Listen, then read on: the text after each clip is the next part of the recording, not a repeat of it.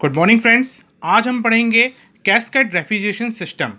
सबसे पहले हम ये पढ़ते हैं कैस्केड रेफ्रिजरेशन सिस्टम होता क्या है। कैस्केड रेफ्रिजरेशन सिस्टम एक से ज़्यादा आप इसमें सिस्टम का यूज़ करते हैं और एक से ज़्यादा जो सिस्टम का यूज़ करते हैं हम वो सीरीज़ में करते हैं। कैस्केड रेफ्रिजरेशन सिस्टम जो होता है एक से ज़्यादा सिस्टम का हम इसमें इस सिस्टम में यूज़ करते हैं और जो सिस्टम का यूज़ करते हैं वो सीरीज़ में करते हैं और इसमें डिफरेंट टाइप के रेफ्रिजरेंट का यूज़ भी करते हैं और सेम टाइप के भी रेफ्रिजरेंट का यूज़ करते हैं। जैसे कि मैंने आपको मेरे इससे पहले वाले वीडियो में मैंने बताया था कि रेफ्रिजरेंट होते हैं मतलब जो रेफ्रिजरेंट यूज़ करते हैं, हमें किसी भी कंप्रेस या रेफ्रिजरेटर के अंदर क्या करते हैं, रेफ्रिजरेंट का यूज़ करते हैं। तो इसमें हम दो अलग अलग सिस्टम में हम एक सेम तरह का भी रेफ्रिजरेंट यूज़ कर सकते हैं और अलग अलग तरह का रेफ्रिजरेंट यूज़ कर सकते हैं। आप देखेंगे मैंने यहाँ पे दो डायग्राम बनाए हुए हैं अलग अलग, एक ग्रीन जोन पे बनाया हुआ है और एक रेड जोन पे बनाया हुआ है। यहाँ पे आप देख रहे होंगे, यहाँ पे जो ग्रीन जोन में अलग लाइन में आपको बताया हुआ है और रेड जोन का अलग लाइन में बताया है। जो ग्रीन जोन का होता है वो लो टेम्परेचर कैस्केड सिस्टम कहलाता है और जो रेड जोन में मैंने बनाया है हाई टेम्परेचर कैस्केड सिस्टम बनाया है। जैसे कि मैंने आपको बताया लो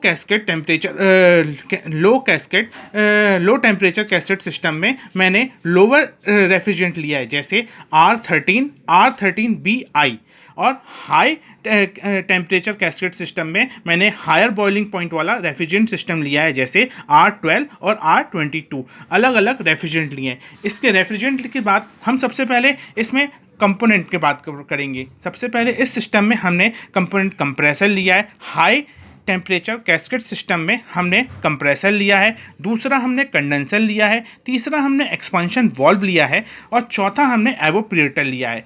और इसी प्रकार लो टेम्परेचर कैस्केड सिस्टम में हमने कंप्रेसर लिया है, कंडेंसर लिया है, एक्सपांशन वाल्व लिया है और एवोपरेटर लिया है। इसमें देखेंगे आप हाई टेम्परेचर कैस्केड सिस्टम में हमने जो सबसे पहले वर्किंग बनाई है, ये इसके मॉडल डायग्राम दिया गया है। ये पूरा इसका एक एक्चुअल मॉडल डायग्राम है। सबसे पहले हम पढ़ेंगे कैस्केड सिस्टम होता क्या है। कैस्केड सिस्टम में हम क्या करते हैं, किसी भी सिस्टम में सबसे ज़्यादा लोअर टेम्परेचर में उस चीज़ को ठंडा करना। कैस्केड सिस्टम और लोअर टेम्परेचर में ठंडा करने के साथ साथ उसको बहुत जल्दी ठंडा करने को हम बोलते हैं कैस्केड रेफ्रिजरेशन सिस्टम। अब सबसे पहले हम रेफ्रिजरेशन सिस्टम में दो चीज़ें हमें सबसे पहले इंपॉर्टेंट होती है। किसी भी रेफ्रिजरेशन सिस्टम में हम सबसे पहले COP निकालते हैं। मैंने अपनी पिछली क्लास में आपको बताया था COP क्या होता है, कोफिशिएंट ऑफ परफॉर्मेंस। और कोफिशिएंट ऑफ परफॉर्मेंस निकालने के लिए सबसे पहले हम रेफ्रिजरेशन इफेक्ट निकालते हैं और उसका वर्क डन निकालते हैं। किसी भी सिस्टम में COP निकालने के लिए सबसे पहले उसका रेफ्रिजरेशन इफेक्ट और उसका वर्क डन निकालना सबसे पहले इंपॉर्टेंट होता है। इसी प्रकार हम सबसे पहले इस सिस्टम में एक ऐसा सिस्टम बनाते हैं। आप इसमें बीच में देखे होंगे, यहाँ पे एक ऐसा सिस्टम हमने तैयार किया है जो हाई टेम्परेचर कैस्केड सिस्टम के लिए एवोपरेटर का काम कर रहा है एक साइड, और लो टेम्परेचर कैस्केड सिस्टम के लिए कंडेंसर का काम कर रहा है। ये जो सिस्टम है हम सीरीज़ में लगाए हुए हैं, मतलब एक साथ सीरीज़ में लगाए हुए हैं। सबसे पहले आप इसकी वर्किंग पढ़ते हैं। मैंने जैसे आपको बताया कि लो टेम्परेचर कैस्केड सिस्टम में हम R13 रेफ्रिजरेंट यूज़ करते हैं और हाई टेम्परेचर कैस्केड सिस्टम में R12 रेफ्रिजरेंट का यूज़ कर सकते हैं। आप कभी कभी सेम रेफ्रिजरेंट का भी यूज़ कहीं होता है, लेकिन अलग अलग रेफ्रिजरेंट का यूज़ करने से ज़्यादा इंपॉर्टेंट है और ज़्यादा हमें आउटपुट या वर्क डन COP मिलता है। इसी प्रकार हम सबसे पहले यहाँ पे लो टेम्परेचर कैस्केड सिस्टम में M1 का फ्लो हो रहा है, M1 मास का फ्लो कराते हैं और हायर टेम्परेचर कैस्केड सिस्टम में हम M2 मास का फ्लो कराते हैं। आप जब देखेंगे यहाँ पे सबसे पहले हम RE निकालेंगे। RE क्या होता है, हमने आपको बताया था refrigeration effect.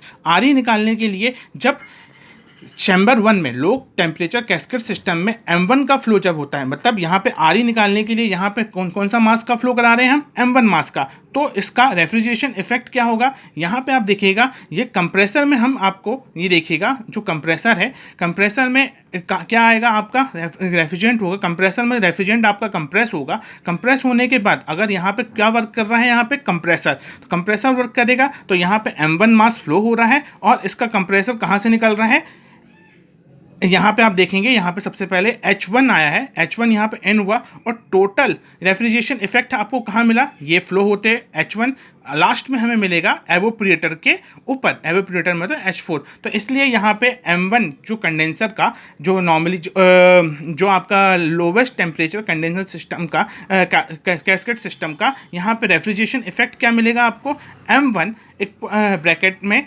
H1 minus H4। इसी प्रकार हम इस सिस्टम में आप देखेंगे, इस सिस्टम में देखेंगे यहाँ पे आप निकालने के लिए ये देखेंगे इस हायर टेम्परेचर कैस्केड सिस्टम में एवोपरेटर का काम कर रहा है, उसी प्रकार दूसरे साइड कंडेंसर का काम कर रहा है। यहाँ से निकलने वाली, कंडेंसर से निकलने वाली हीट एवोपरेटर अपने अंदर सक करेगा और इस एवोपरेटर को हम कहाँ पे डाल देंगे, कंप्रेसर में डाल देंगे। इसलिए जो हीट यहाँ से जो कंडेंसर आपने आपको पहले ही बताया था, जो कंडेंसर की प्रॉपर्टी होती है निकलने वाली हीट को एटमॉस्फेयर में रिमूव करता है, मतलब सराउंडिंग में रिमूव करता है। तो यहाँ से निकलने वाली जो हीट होगी वो कहाँ जाएगी, एवोपरेटर। इस चैम्बर के अंदर एवोपरेटर उस हीट को सक करेगा और एवोपरेटर जो हीट को एब्जॉर्व करने के बाद वो कंप्रेसर में देगा। और कंप्रेसर जो होता है हाई टेम्परेचर कैस्केड सिस्टम होता है, वो higher temperature cascade system condenser में जाएगा और ज़्यादा गर्म होकर एक्सपांशन वॉल्व में जाएगा। इसी प्रकार मैंने आपको बताया था कंडेंसर की प्रॉपर्टी क्या होती है, इसमें टेम्परेचर और प्रेशर हायर होते हैं। उसी प्रकार एक्सपांशन वॉल्व की प्रॉपर्टी मैंने बताया था, प्रेशर और टेम्परेचर दोनों डाउन होते हैं। अब हम आपको देखेंगे इसका हायर एब्जॉर्प्शन और हायर रिजेक्शन देखेंगे, हीट एब्जॉर्प्शन और हीट रिजेक्शन। हीट एब्जॉर्प्शन देखने के लिए यहाँ पे मैं रेड वाला डायग्राम आपको बताऊँ, यहाँ पे हीट का एब्जॉर्प्शन हो रहा है और यहाँ पे हीट का रिजेक्शन हो रहा है। रेड वाला जो डायग्राम है मैंने बताया था हायर टेम्परेचर कैस्केड सिस्टम में हीट का एब्जॉर्प्शन कैसे हो रहा है। हीट का एब्जॉर्प्शन मतलब M2H5 माइनस H8। M2 मतलब मैंने बताया था दूसरे सिस्टम में M2 मास फ्लो हो रहा है, H5 मतलब ये वाला पॉइंट आप देखेंगे, ये वाला पॉइंट H5 है और यहाँ पे हीट पूरा एब्जॉर्ब हो रही है, होते होते होते होते यहाँ कहाँ जा रही है बेटा, H8 में। इसलिए मैंने यहाँ पे लिखा M2 equal to H5 minus H8।